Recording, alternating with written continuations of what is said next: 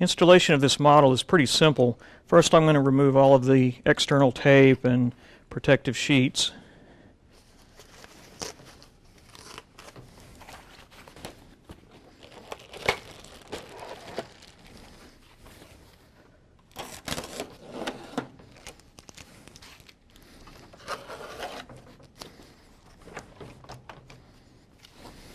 There's a lock here for the scanner. You'll have to push it back to unlock it. Since this is an 1128, it already has the document feeder attached. If you're attaching an optional document feeder, it's very simple. You can see it's a very simple installation.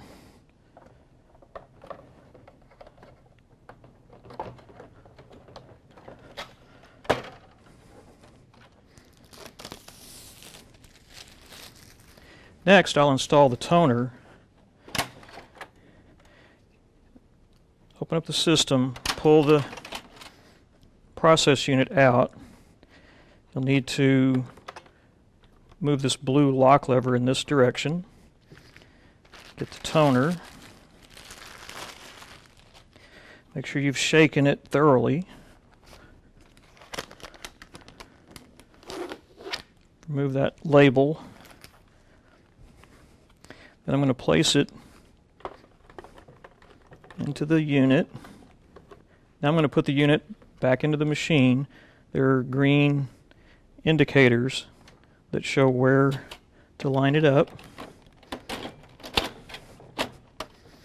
And I'm going to move this blue locking lever back into position, and I can close the machine. Now I'll add paper to the cassette and slide it out. It has the standard adjustable guides. Just move the lever and you can adjust the guides to whatever size you need. If the lift plate isn't down, you can just push it down till it locks. Get your paper, fan it, make sure it's straight. Put that in the cassette and just slide it in. To install the optional paper feeder, simply place the machine on top. You have guideposts for it. And I'm going to slide the cassette out.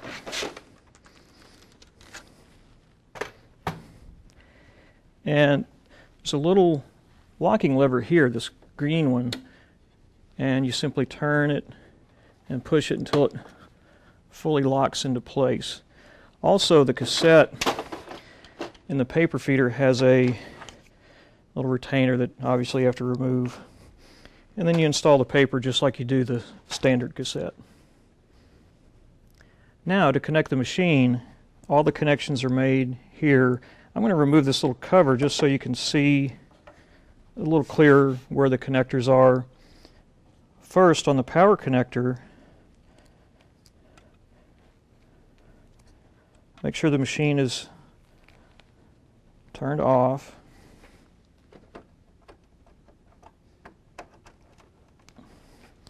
And since this is an 1128, it's got a fax system in it, so to install the choke on the cord, simply open it.